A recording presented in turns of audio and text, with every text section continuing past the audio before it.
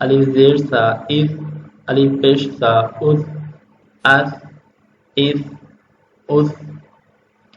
الف زبر جیم اج، الف زیر جیم اج، الف پیش جیم اج، اج اج اج، الف زبر حا آہ، الف زیر حا اح، الف پیش حا اوہ، آہ اح اوہ، الف زبر خا آخ، الف زیر خا اخ، الف پیش خا اخ، آخ اخ اخ، الف زبر دال اد،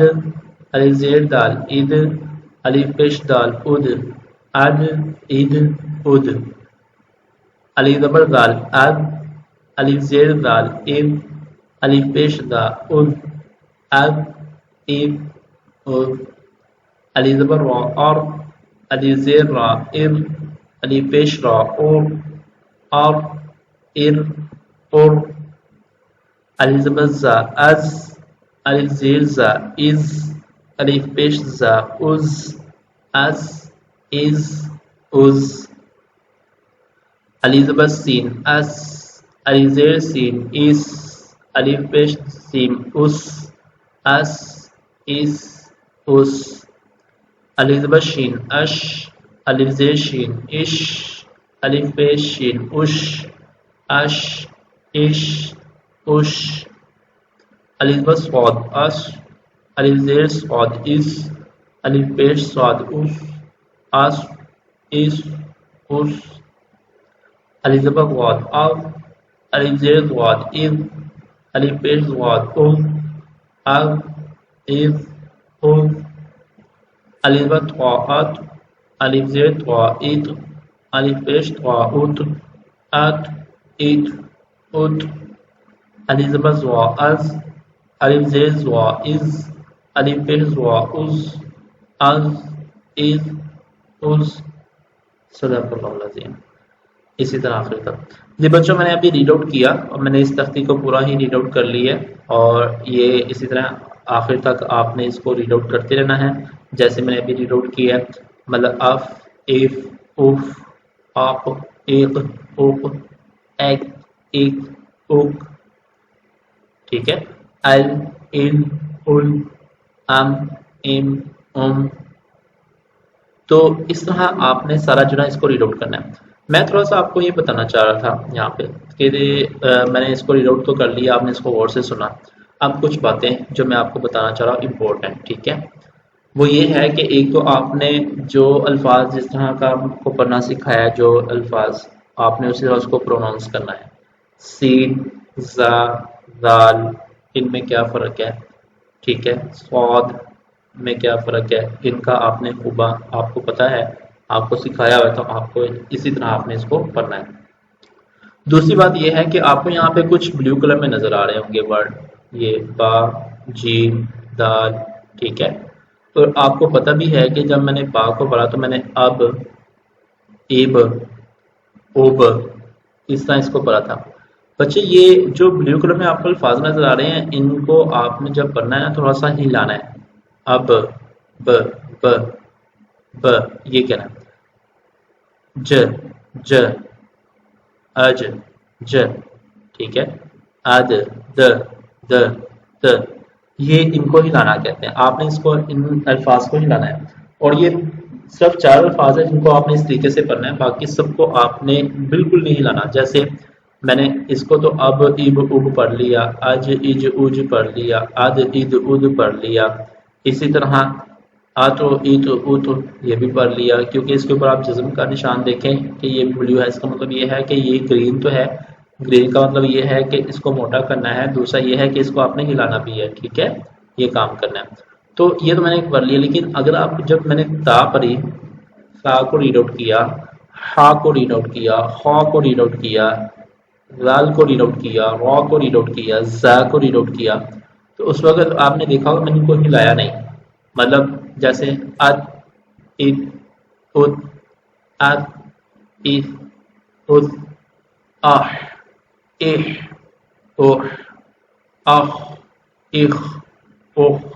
ٹھیک ہے، میں نے ان کو نہیں ہلایا، تو ان کو آپ نے بالکل ان کو آپ نے سکون میں پڑھنا ہے، ٹھیک ہے، ان کو سکون میں پڑھنا ہے، مگر ان کو آپ نے ہلانا نہیں. لیکن با،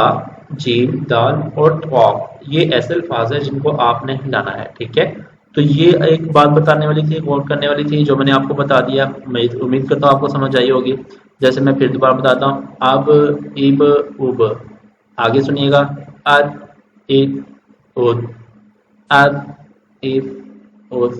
ٹھیک ہے، اچھا اب یہاں پہ دیکھیں، غور کریں تھوڑا سا. اج، اج، اج، آہ، اہ، اوہ، آخ، اخ، اوہ. اب آگے دیکھیں، اد، اد، اد. میں ہلا رہا ہوں، ٹھیک ہے، لیکن ان کو میں نہیں ہلاؤں گا. اب، اب، اب، آؤ، ار، ار، از،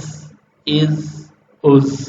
ٹھیک ہے، ان کو میں نہیں ہلا رہا. تو یہ تھوڑا سا فرق تھا. اسی طریقے سے آپ نے اس تختے کو لاسٹ تک پڑھنا ہے، تو اس کی آپ ضرور پریکٹس کریں. سب سے پہلے یہ ہے کہ آپ نے جو یہاں پہ کچھ رولز لکھے ہیں، جو سوال جواب ہے، ان کو آپ نے یاد کرنا ہے. اس کے بعد پھر آپ نے کیا کرنا ہے کہ ان کو ذہن نشین کرنے کے بعد آپ نے تختی کو سٹارٹ کرنا ہے، اور تختی کو آپ نے بالکل اسی طرح پڑھنا ہے جیسے میں نے ریڈ آؤٹ کیا ہے. اور میں نے کچھ رولز بتائے ہیں آپ کو اس کو پڑھنے کے، وہ آپ نے سیکھنے ہیں. آپ میرا لیسن بار بار سنیں، پورا لیسن سنیں، تو آپ کو تبھی سمجھ آئے گی یہ جو میں نے باتیں بتائی ہیں. اور انشاءاللہ آپ آہستہ آہستہ سمجھ جائیں گے اور آپ کا تلفظ اچھا ہو جائے گا. تو یہ تختی تھی ہماری تختی نمبر 10. انشاءاللہ کل ہم تختی نمبر 11 کے ساتھ آپ کے سامنے حاضر ہوں گے. تب تک کے لیے اللہ حافظ.